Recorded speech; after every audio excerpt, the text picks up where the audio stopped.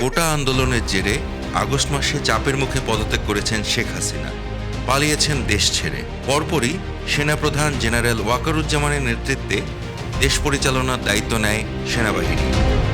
রাষ্ট্রপতি মোহাম্মদ শাহাবুদ্দিন এবং সেনাপ্রধান জানিয়েছেন দ্রুত সময়ের মধ্যেই গঠন করা হবে অন্তর্বর্তীকালীন সরকার।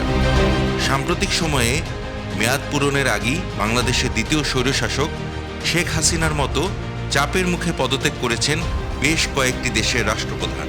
2024 সালের জানুয়ারি মাসে মেয়াদ পূরণের আগেই পদত্যাগ করেন ফ্রান্সের প্রধানমন্ত্রী এলিজাবেথ বর্ন। মন্ত্রিসভায় রদবদলের আঁচ করে পদত্যাগ করেন তিনি। দ্বিতীয়বার ক্ষমতায় আসার পর 2022 সালের মে মাসে প্রধানমন্ত্রী হিসাবে এলিজাবেথকে নিযুক্ত করেন প্রেসিডেন্ট ইমানুয়েল ম্যাক্রো। চলতি বছরের ফেব্রুয়ারি মাসে জনরোষের মুখে পড়ে পদত্যাগ করেন হাঙ্গেরির প্রেসিডেন্ট ক্যাটালিন নোভাক।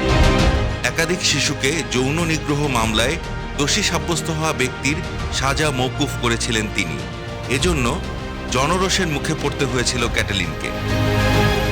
মার্চ মাসে পদত্যাগ করেন আয়ারল্যান্ডের ভারতীয় বংশোদ্ভূত প্রধানমন্ত্রী লিও ভারাদকর। ভারাদকরের উপলব্ধি হয়েছিল প্রধানমন্ত্রী হিসেবে কাজ করার যোগ্যতা নেই তার। ব্যক্তিগত ও রাজনৈতিক কারণ দেখিয়ে প্রধানমন্ত্রীর পদ ও তার দল ফাইন গেইলের নেতৃত্ব ছেড়ে দেওয়ার ঘোষণা দেন ভারাদকর। মার্চ মাসেই চাপের মুখে মেয়াদ পূরণের আগেই পদত্যাগ করেন ভিয়েতনামের প্রেসিডেন্ট ভো ভ্যান থুং।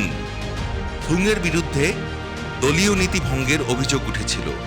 বলা হয়েছিল তার কর্মকাণ্ডের কারণে জনমনে নেতিবাচক প্রভাব পড়ছে। 2024 সালের মার্চ মাসে ক্যারিবিয়ান অঞ্চলের দেশ হাইতিতে সহিংসতার ঘটনা ঘটে। প্রধানমন্ত্রী এরিয়েল হেনরির পদত্যাগের দাবিতে ক্রমেই উত্তাল হয় দেশ। চাপের মুখে পড়ে এরিয়েল হেনরি পদত্যাগ করেন।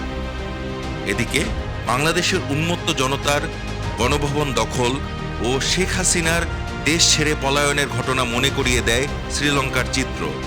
2022 সালে শ্রীলঙ্কার তৎকালীন রাষ্ট্রপতি গোতাবায়া রাজাপক্ষের পদত্যাগের দাবিতে তার বাসভবন ঘিরে বিক্ষোভ করে উন্মত্ত জনতা। বিক্ষোভের মুখে পড়ে দেশ ছেড়ে পালান রাজাপক্ষে।